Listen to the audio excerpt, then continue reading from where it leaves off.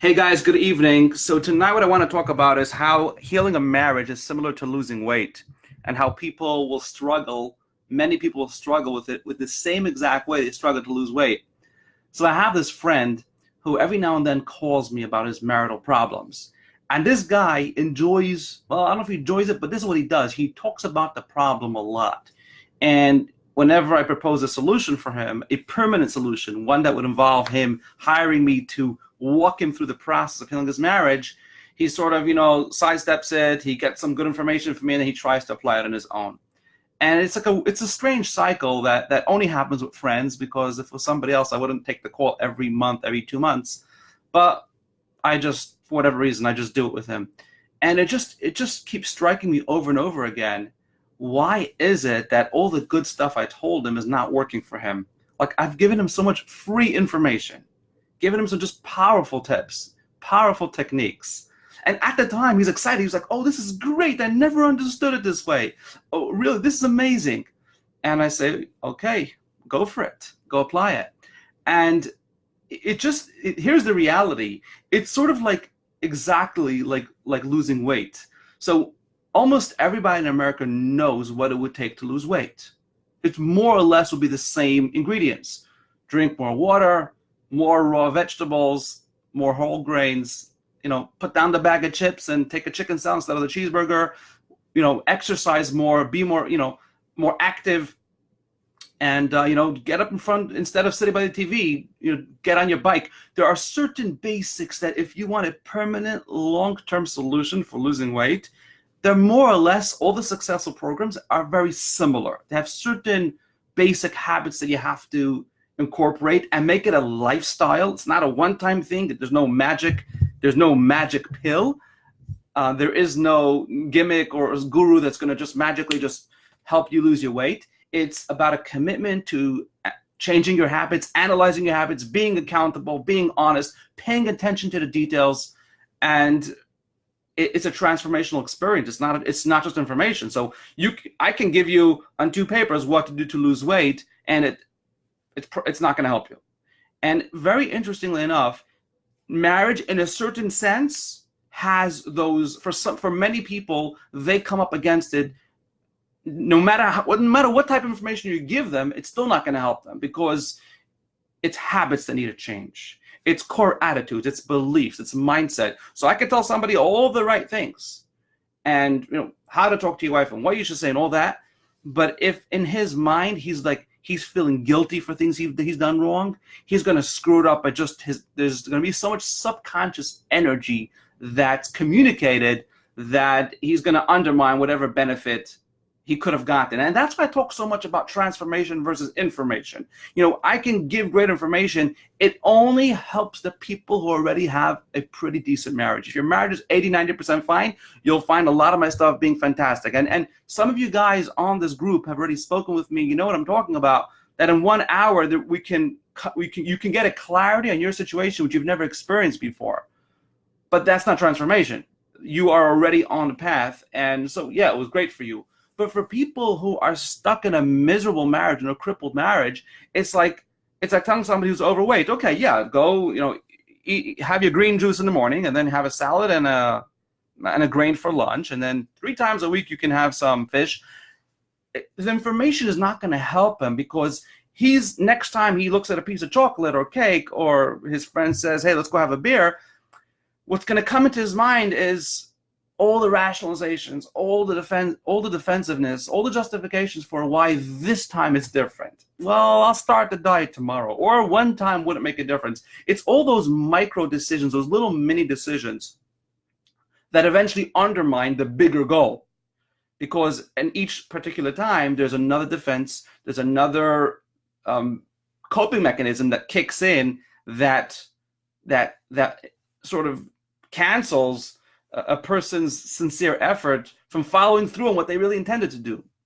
And there could be so many different varieties in a marriage, but just to give a few examples. So a guy who's feeling guilty, I spoke about this before, a guy who's feeling guilty in a marriage is going to have a miserable time building it, because he's feeling guilty for things he's done wrong. I speak to so many guys and they're like, oh, well, I neglected her for 12 years, for 14 years, for 18 years, for 7 years. And now I'm starting to realize how I was selfish and self-centered, and I'm starting to invest in the marriage and help around the house and all that. And inevitably what comes up is that there is so much guilt involved. And when he's talking to me, there's so much guilt coming across that it's impossible that guilt isn't spilling over into the conversations with the wife. And it might be counterintuitive, but guilt actually undermines a relationship for a number of reasons. But it doesn't benefit your wife when you live in guilt. Now, I can say it from today to tomorrow, and most people cannot overcome the guilt by themselves. If you could, great. You'll know if you did or didn't. You'll see the relationship improve if you did. Or for example, a guy who has low self-esteem. So he doesn't know how to chase his wife, or he's given up on chasing. When I say chasing, I mean to say like courting her in a way that's taking risk. That's another area where a guy won't just change his habit by me saying it. I can say it. There it is. I just said it. But if you don't know how to successfully apply it, it's not going to work for you. And or the opposite, where a guy like chases his wife so much and he shows her, oh, look how much I'm doing, and he tells her 20 times a day, I love you, and he's helping around the house, and he's cooking, and he's cleaning, and he's doing laundry, and he's pruning, and he's fixing the basement, and all that stuff, and he doesn't realize how all that stuff is turning his wife away even more because he's not addressing her emotional intimacy, her true need, which, again, it varies from couple to couple, but that chasing, that desperation is just turning your wife away even more. And that's why I always talk about transformation. I say information. Yeah, I didn't make this Facebook group to just dispense information to people who are already doing well in their marriage, because you have Google and Amazon for that. But I don't mind if you hear. And I know there are some guys on this group that they're doing pretty well. And you know what? They're an asset to this group because they offer hope and encouragement. And I've spoken with some of you guys, and I'm happy that you're here. But to be honest, is that what the Facebook group is designed for? No, you guys are doing pretty well. You don't really need me, but the other guys benefit from you being here because you're contributing hope. You're showing people what it's like and what it takes to have a good marriage, as long as you stick to your experience. You're not giving advice, as you know. But what I'm here for is to help people permanently solve their problems, which is why my friend's so frustrating, because and it only happens with friends, because with another guy, I would say, okay, I spoke to you once, twice. If you don't want a solution, no solution. I'm not here to just analyze the problem professionally and explain to you exactly why you're suffering, right? Like, who benefits from that? Now I know exactly why my life is crappy.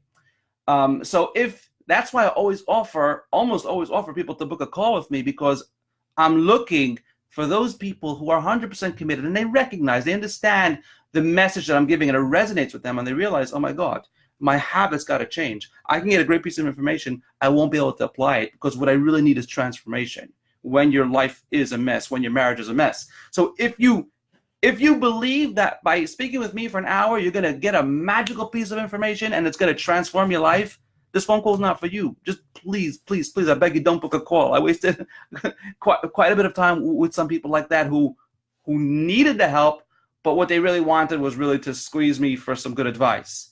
And even if I gave it, it wouldn't help. That's the sad part. Because if it helped, I would give it. And sometimes I do, depending on who I'm speaking with. But if you believe, okay, I'm getting a little bit, maybe going a little elaborate over here, but if you believe that somehow, information is going to heal your marriage, and you've been in this mess for a while, you're climbing up the wrong tree. Start changing your paradigm and start thinking in terms of losing weight. How easy is it to lose weight? What type of coaching do you need to lose weight? What type of mentor? What type of accountability and honesty do you have to have with somebody else who's going to call you out on whatever BS you tell yourself about your diet, about your workout regimen, about your water intake, about cutting down on the beer or the sodas and all that? And the same thing applies to marriage. If you want to truly fix your marriage, you need somebody who's going to walk you through the defensiveness, the rationalizations, the justifications, and all the distorted emotions, the fear, the guilt, the anger, the revenge, the low self-esteem. Basically, simply said, the lack of emotional control. You need a mentor to walk you through it. So if that's who you are and you recognize it, and you're at the point that you say, you know what, enough's enough, okay? I'm sick and tired of the ups and downs. My wife suffered enough. I suffered enough. My kids are suffering enough. I mean, the suffering is incredible, and it's almost sad. It's sad and funny at the same time to watch the types of of coping mechanisms that we as human beings come up with. Like, we convince ourselves and rationalize that our situation is not that bad. And there's a whole bunch of ways how people do it. You don't need me to help you with that, but that's the only way why people survive mentally in a marriage. That's a mess for years, because they keep on telling themselves, okay, it's not that bad. At least I'm in a relationship. Being in a miserable relationship is better than a non-relationship, or whatever. That's just an example of a coping mechanism. Anyway, going off the point, I've got to run. Bottom line is, if you're that person that's serious and you understand that what you need over here is transformation, it's not just about getting David's, genius or a piece of free information, then these calls are made for you. But please, there are a lot of you guys, only one of me. Don't book a call unless you're seriously committed. The call is free, but unless you're seriously committed to transform your life, to get out of the pain once and for all, then don't book a call. And the reality is, this is a sad reality, and I don't know the exact number, but it's a shockingly low number, and I'm watching it for years. I just never made a perfect statistic over here. It's a very small percentage of people that break out of a negative life, whether that means financially or in terms of fitness, in terms of health, in terms of losing weight, in terms of becoming an amazing husband, having an amazing marriage. Whatever that goal is, it's a very small percentage of people that actually break out of that, because most people buy into the victim mentality. They buy into the mentality that I can't do it, and here is why. It's my wife's fault, or it's my genes. I'm overweight because of my genes, and I don't mean to insult anybody, and I'm not a perfect example of somebody that's fit, okay? I'm not a great example. But the point over here is, the first step is to at least be honest and recognize that what it's going to take to fix the problem is not going to be the same brain that got you into the problem. Okay, the same thinking that got you into the problem you're in, and those bad habits and that neglect and that selfishness in the marriage is not the same brain that's going to get you out of that habits and into the solution. I've seen very few people who've done it successfully on their own, and I've actually spoken to some of you. It was very interesting. It was actually very heartwarming to see how some guys have done it, but if you're making progress or not. Anyway, I gotta run. If you need that call, I'm happy to speak with you. I said, again, it's a free call, but please, please, please don't book it unless you're really serious and you get the idea that transformation is what's needed more than information. And until tomorrow, our next Facebook Live, God bless you. Take care.